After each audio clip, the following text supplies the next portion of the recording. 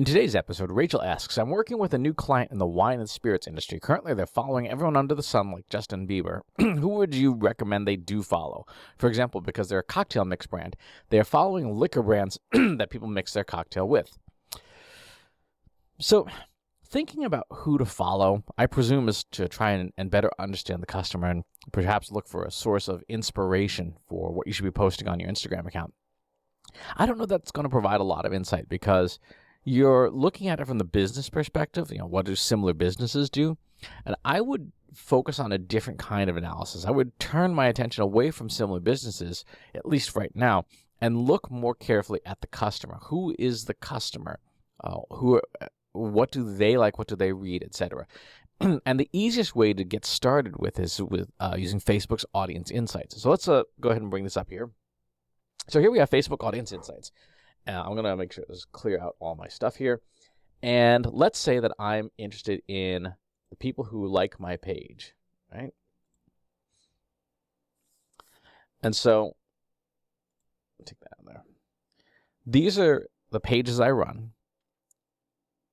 And what I see here is I see equal gender representation, which is interesting. And I see a definite age skew in the 35 to 54 range, right? And I also see disproportionately married, disproportionately higher educated. So that gives me a sense of who my audience is. So if I go into the 35 range up here, and let's go ahead into advanced here, education, graduate school, relationship status, married. Now that's essentially my audience. What is this audience like? Actually, let's narrow that down to 54 on the upper end. There we go. So I just want that segment, which we saw was overrepresented.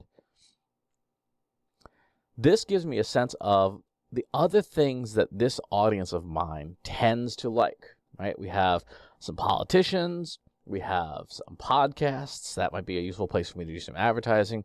We have shopping and retail. We have TV networks, media, TV shows. And this level of information now tells me more about my customer to a fair degree, right? People who are similar to my audience.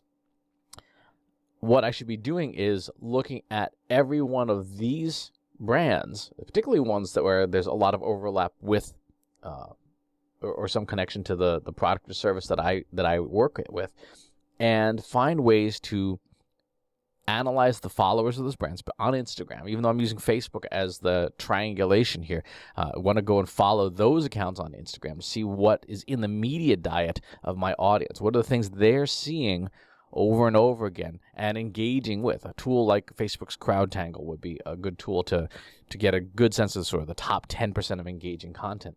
And then with this information, I might want to then try and narrow down even further. So let's take a look through here really quickly and see what are the things that, are there any things that strongly overlap? I want to do, let's look at people who are interested in podcasts. Right? So now we've cut that audience down significantly, but now we have some different podcasts and we have all these different types of interests. This is what you would call a double unicorn strategy.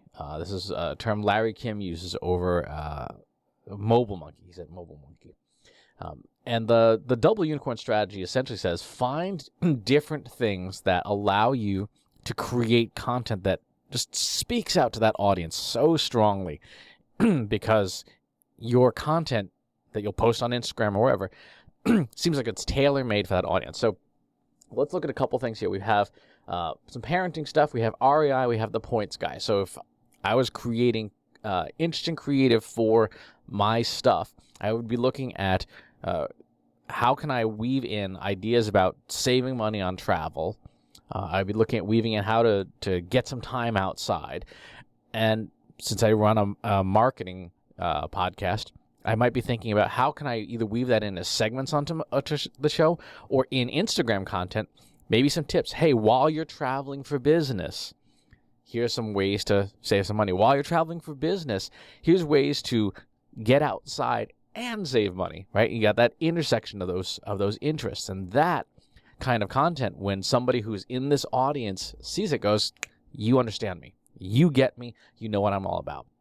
So the same thing that I just showed here is what I would do with this cocktail mix company. Who's your audience? What are those demographics? Start building a lookalike audience, essentially.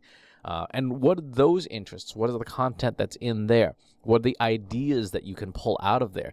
Again, using great research tools. You can use CrowdTangle, you can use TalkWalker, you can use any of the major social media monitoring tools to extract out from Instagram what's in the media diet of those people that they engage with, and then use that to build really strong campaigns that are organic in nature.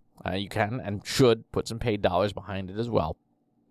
But it'll dictate very clearly how to go after an audience based on what it is that that audience wants to see. Not necessarily like what other liquor brands are doing, but what other brands in general are doing that can appeal to, that you can weave your product and service into very well. When you look, for example, let's go ahead and clear all this out here. I have a suspicion. Let's look at people who are interested in Peloton. Right? The product or service or the business. When you look at this audience, if I then put in who this audience is and we take out these interests and look at people who, just like Jen,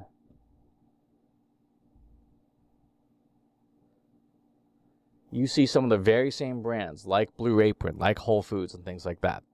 So when we talk about how clever it was for Aviation Gin to go after the Peloton ad, we're forgetting the data side of things, right? There was a clear overlap in audiences. They knew that that was their audience, and so a rapid response campaign obviously did very well. Had this audience been very different, it might not have worked as well.